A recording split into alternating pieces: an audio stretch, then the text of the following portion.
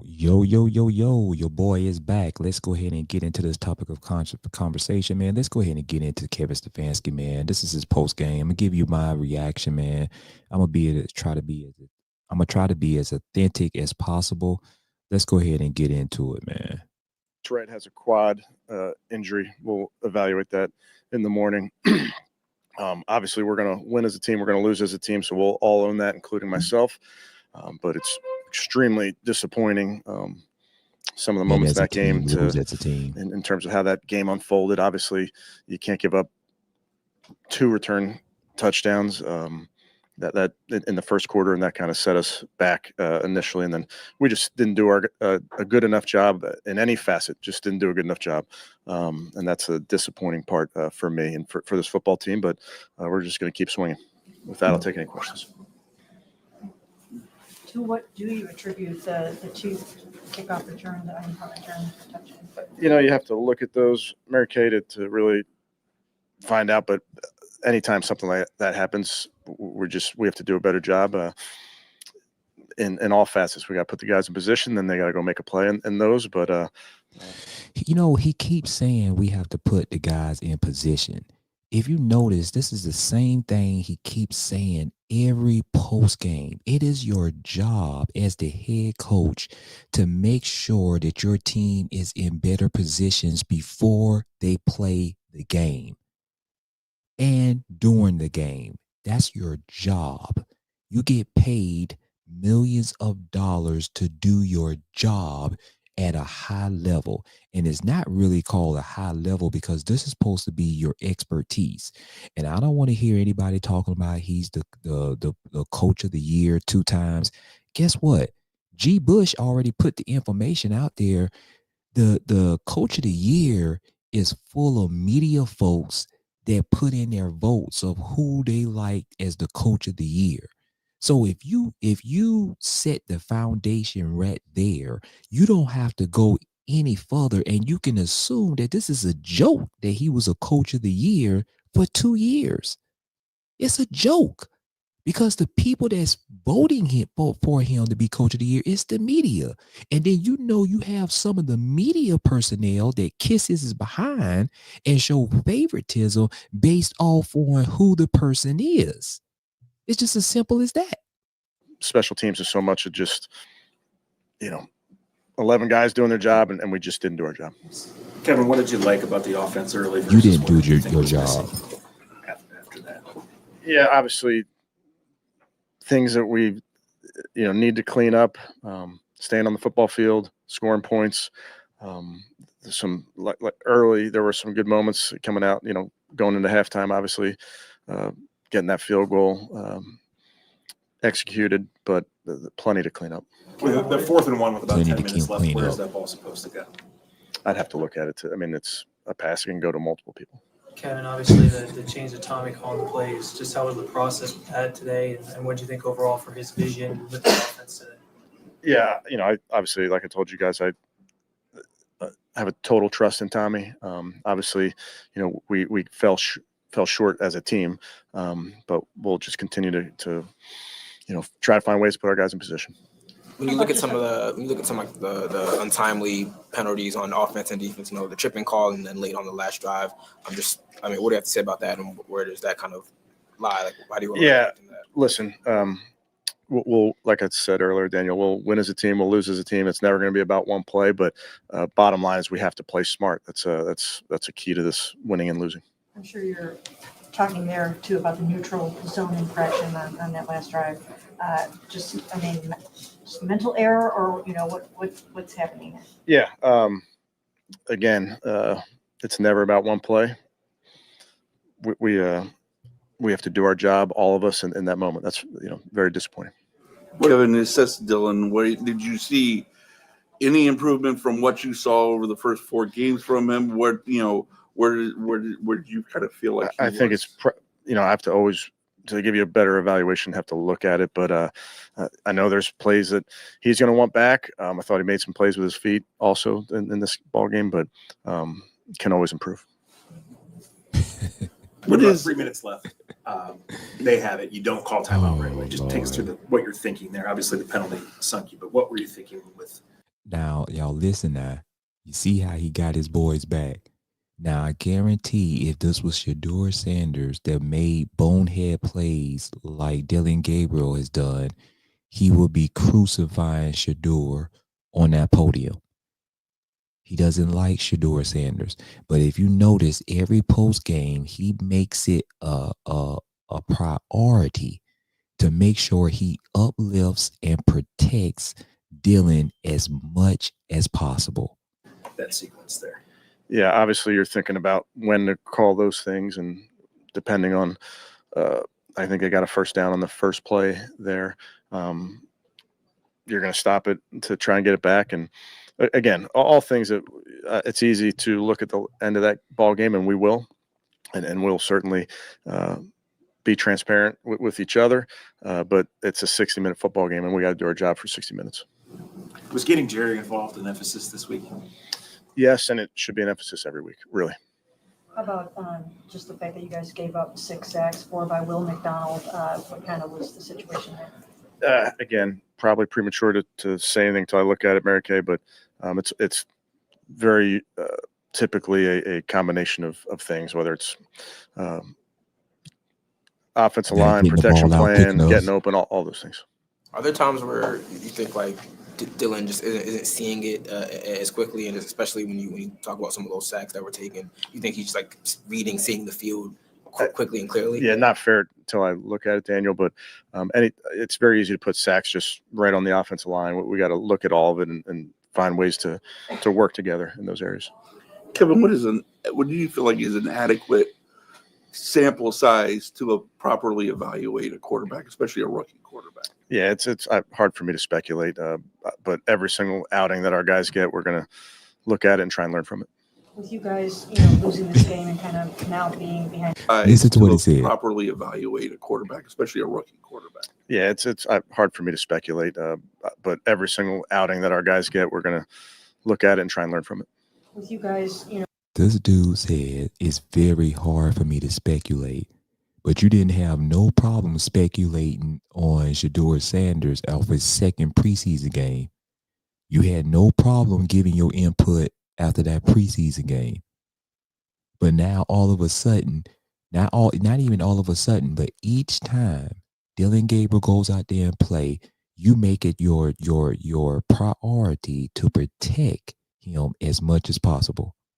losing this game and kind of now. If you can't critique your own quarterback, even if you come out, you gotta come out there and say, we and starting with the leader on the field, our quarterback has to do better in those moments. He has to be able to get the ball out quickly, because the knock that people been putting on Shedeur Sanders from college was that he doesn't get rid of the ball quick enough. And see, the thing that they praise Dillon Gabriel was that he gets the ball out quick enough. He's a quick processor. He's know how to get the ball out quick. But he got 6 sacks in this past Sunday's game. 6 sacks. Make that make sense. What is he processing to get 6 sacks? Why he's not getting the ball out quick enough?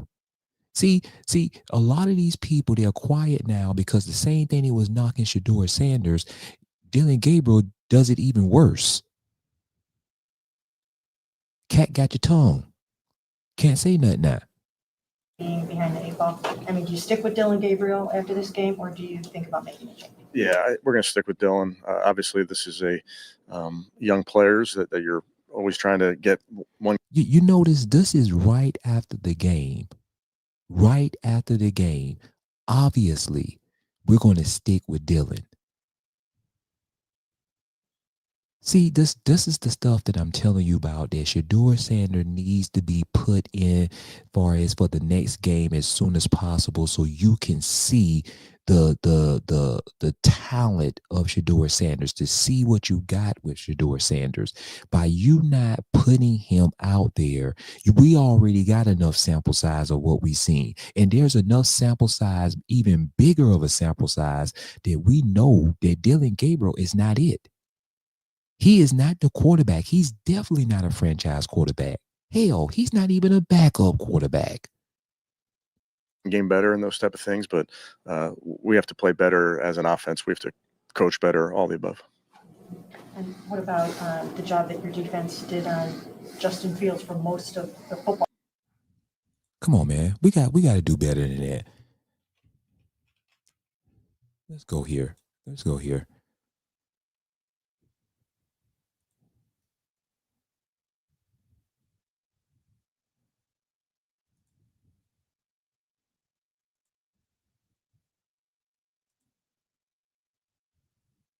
Let's listen to what the boys on Speak Easy had to say. And what's that mean? Win or lose, you get 50. Cleveland. I watched the Cleveland Browns, and listen, I don't wish on no man's downfall. I don't.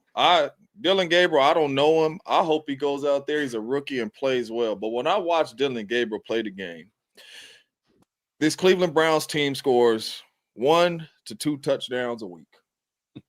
Dillon Gabriel does not play good football. He makes 1 to 2 good throws a game, and he probably has 1 good quarter a game.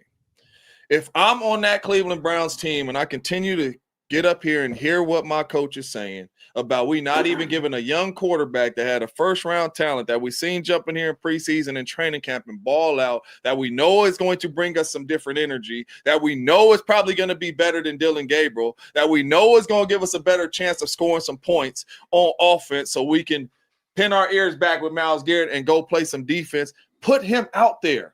You keep on putting Dillon Gabriel out there, and the offense does the same exact thing every single week. Yeah. Nothing changes. Yeah. He has 1 good quarter a week, and he has 2 good throws a game. Nothing changes. It doesn't. Put Shedeur out there and see what Shedeur does.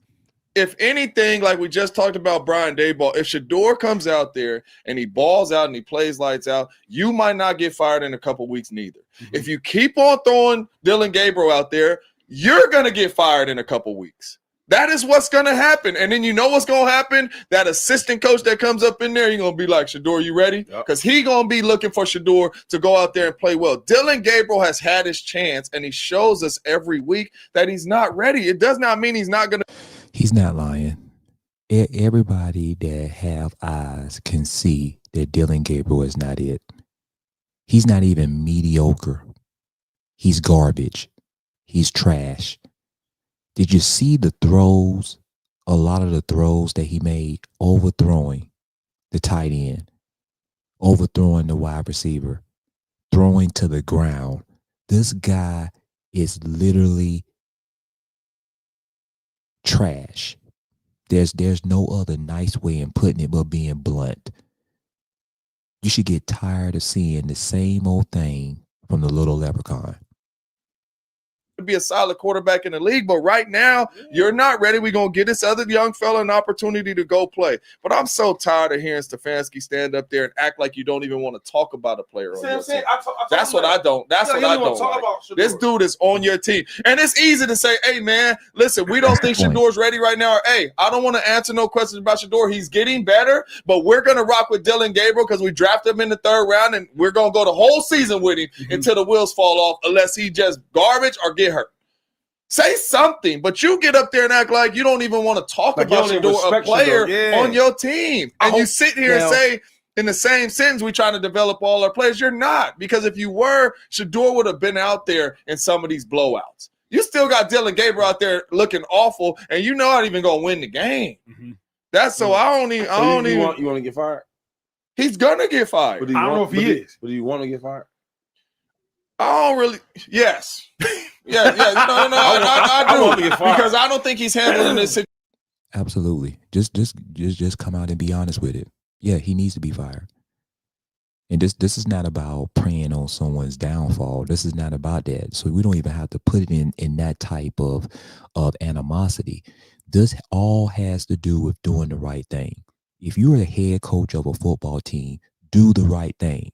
If you're a head coach of an NFL professional football team, it is your job to put the best talent on the field to give your team the best opportunity to win the football game. And what Kevin Stefanski is doing is that he doesn't care about winning the football game. He doesn't care about putting the best talent when it comes to that quarterback position. He only cares about being selfish and putting Dillon Gabriel, his son, out there so that way he can get all the reps he can get all the attention because, see, you know that once Shedeur Sanders gets his opportunity, it doesn't even take much for Shedeur Sanders to go out there in the field and show why he's a way better player than Dillon Gabriel. And Kevin doesn't want that because it's going to make him look bad, and he should get fired immediately. Immediately. He should have been fired 2 weeks ago. I'm just being honest. Kevin should have been fired 2 weeks ago. Situation the right way. And he's in the same situation as Brian Daboll. His record probably ain't good neither. They need to hire Deuce Staley. Let my boy get a crack at it. I think though, the only reason Kevin Stefanski can still be playing Dillon Gabriel is if he know he's safe. Only way. Jimmy Haslam has to have approved this decision. How can you be safe? Because there's no way you would continue to roll out Dillon Gabriel, who the fans are tired of seeing. Shady tired of the seeing team him. tired. Now, see, that's true. I've said this. This is bigger. This is bigger than just Kevin. This is bigger. See, Kevin is only talking the way he talks and doesn't even mention Shedeur's name is because he got the backing from somebody higher than him. I believe Acho is 100% correct. The only way a coach that disregards his own player and doesn't even mention his own player's name is because he has the backing behind the scenes from somebody higher than him. Seeing.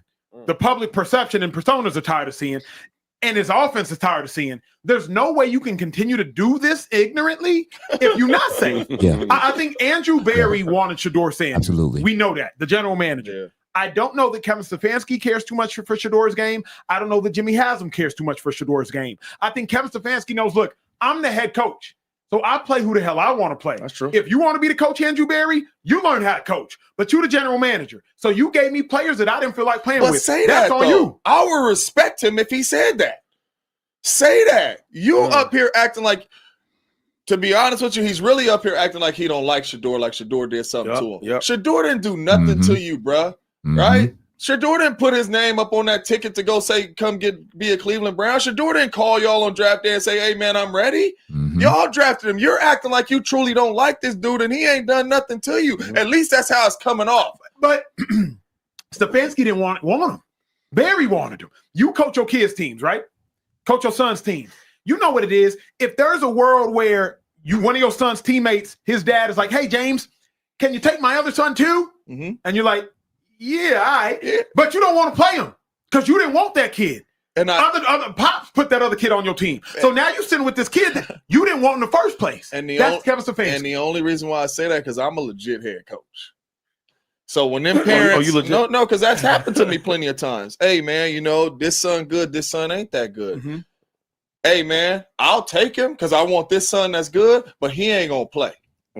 But I am dedicated to his development. All the drills we gonna do, I'm gonna make sure. Hey, I'm gonna spend a little bit more time with him as well. But he's not gonna play. But Kevin Stefanski can't say that. If Kevin Stefanski says Shedeur not playing this season, all of Black America will riot. But why can't everybody go riot? But you can't be mad if every hood, every MLK Boulevard, every Cesar Chavez, everybody rioting. And I'm black. Everyone rioting. So if Kevin Stefanski can't say Shedeur not playing. If Kevin Stefanski, I'm riding out. I'm riding out. If Kevin I'm taking Stefanski, rocks to Cleveland Browns facility. That's my point. That's right. So that's my point. I'm gonna say, hey, which car is Kevin Stefanski? Is that, man, that's me. He's not lying. He's not lying because see, the thing is, from a business perspective, they know Shedeur Sanders is the most popular player on the Cleveland Browns football team. Now you got a dog in Myles Garrett, right? A dog. One of the superstars, the superstar on the Cleveland Browns team. Shedeur Sanders is way more popular than him. Every time when Shedeur Sanders go out on the practice field, you got fans that's out here screaming not Myles Garrett's name, but they're screaming Shedeur Sanders' name.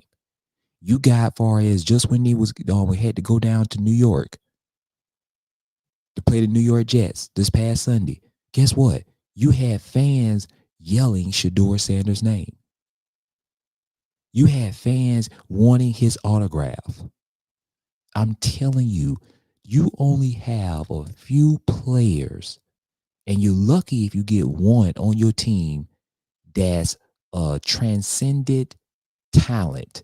And Shedeur Sanders haven't even played on the field. I'm telling y'all, when this man gets his opportunity to be on the field, it's going to be electrifying.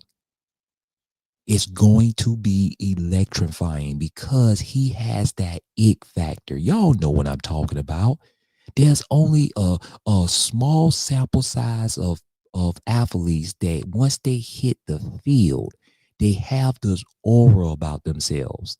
The way they walk, the way they talk, the way they move, the way they are able to galvanize their teammates, the way they're able to uplift their spirits, the way the energy was in the building. That's what Shedeur Sanders brings to the field. That's my point. So you're Snake, saying, so if Kevin Cesar Stefanski Chavez stood up there and said, and got on the podium and said, listen, right? We drafted Shedeur in the 5th round. We drafted Dillon Gabriel in the 3rd round. Dillon Gabriel is going to finish this season.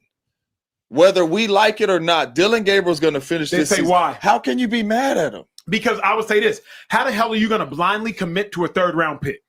Kevin Stefanski's in a lose-lose situation, with all due respect. Because the Browns are the only team being punished for not playing Shedeur Sanders, but the Browns are the only team that decided to draft Shedeur Sanders. Shedeur could have gone undrafted for all we know. So that's the worst part about it is the Browns are ultimately being punished for being the only team to bless Shedeur, which is the effed up society that we live in. Because the fact of the matter is every team passed on Shedeur Sanders for 5 rounds and change. The Browns said, you know what, we gonna take him. And now we criticizing Kevin Stefanski when they're the only people that actually did Shedeur Sanders right. But I think the reason why we own him like this is because he handled it totally wrong. If he came out there from the get-go like, hey, man, listen, it's Joe Flacco and it's Dillon Gabriel. Dillon Gabriel will finish the whole season out if Joe Flacco would have respected him. Yeah, no doubt. But there's a way you for him are to come out not and say saying that, and then when you get asked about Shedeur, you're not addressing that. You know what I'm saying? Yeah. Like you keep on throwing alley-oops over, you know what I mean? Like you're not addressing it, and you're leaving people to sit up here and speculate like, do we like him? You know what I'm saying? And we've seen Shedeur play well. But if you come straight up and you say, hey, man, listen, number one, I don't think the young fella ready right now, and we want to see what Dillon Gabriel got for the rest of the season. Probably ain't going to get a lot of questions about Shedeur. But he ain't handled the situation like that. Go ahead, I was going to say, I think him saying, I don't think it's fair to speculate is one of the most out-of-touch things you could possibly say as a head coach of a team that cannot score. You cannot, your offense is bad. Awful. You have scored more than 20 points twice this entire season, and they were against the Jets and the Dolphins. And your defense really helped you score most of those points. At the end of the day, that's, to be honest with you, one of the craziest things I've ever heard.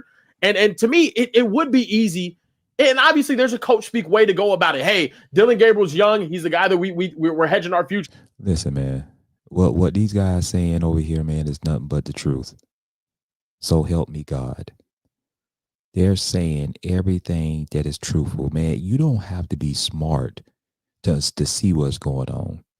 You don't have to be smart to see what's going on. You see what is going on right before our eyes. It's clear as day. I'm going to tell you something. Kevin Stefanski does not like Shedeur.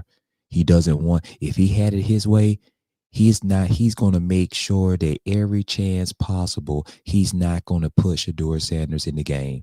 And see, that's the effed up thing about it. To be honest, that's the fucked up thing about this whole situation. That's what's messed up because you already got garbage talent that you're seeing that's playing right now. And you mean to tell me you're willing to put Dillon Gabriel and play out for the rest of the season and not even have a chance for your team to win and throw the whole season away and don't even see what you got at the QB2 position? You're willing to throw the whole season away and not even see what you got in a talent like Shedeur Sanders? See, this is why I said that Kevin should have been fired a long time ago. And the reason why he's not fired, because you got somebody that is endorsing what Kevin is doing. You got someone that is endorsing what he's doing that has a higher power than Kevin, and you got someone that's agreeing to everything that he's doing. And that's the effed up thing about this whole situation, because this is not about winning. This is not about winning. What are y'all trying to do? Are even if you're trying to get a lottery pick, even if you're trying to play to get a higher position in the draft, you still got to see what you got in Shedeur Sanders. You still got to see what you got. But what it shows us is that they don't care to see what he got. Someone who's the most popular player that haven't even played not one game yet, who's the most popular player on your team, and you don't want to give him an opportunity. That's why Dillon was able to say it. Remember Dillon Gabriel said months ago? Remember what Dillon Gabriel said? He said that's why, you're going to be waiting a lifetime.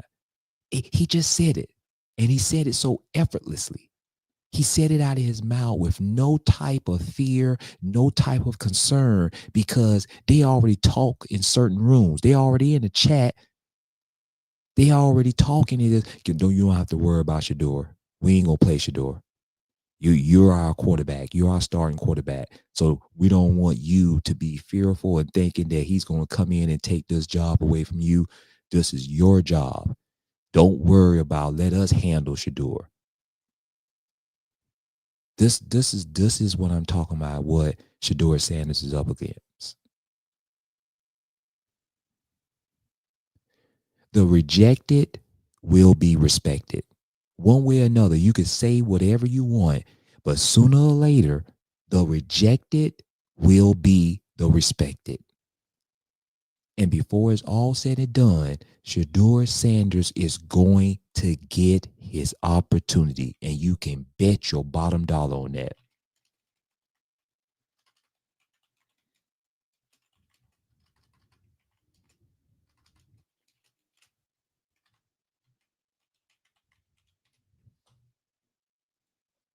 You can bet your bottom dollar on that.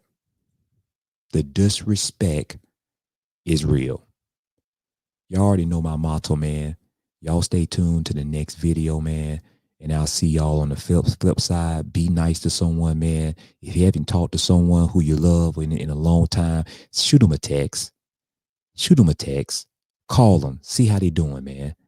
It's real out here in these streets, man. A lot of people are hurting. You know what's going on, man. But always keep your heads on the swivel and protect yourself at all times. See you on the next live video on the Sports Talk HQ.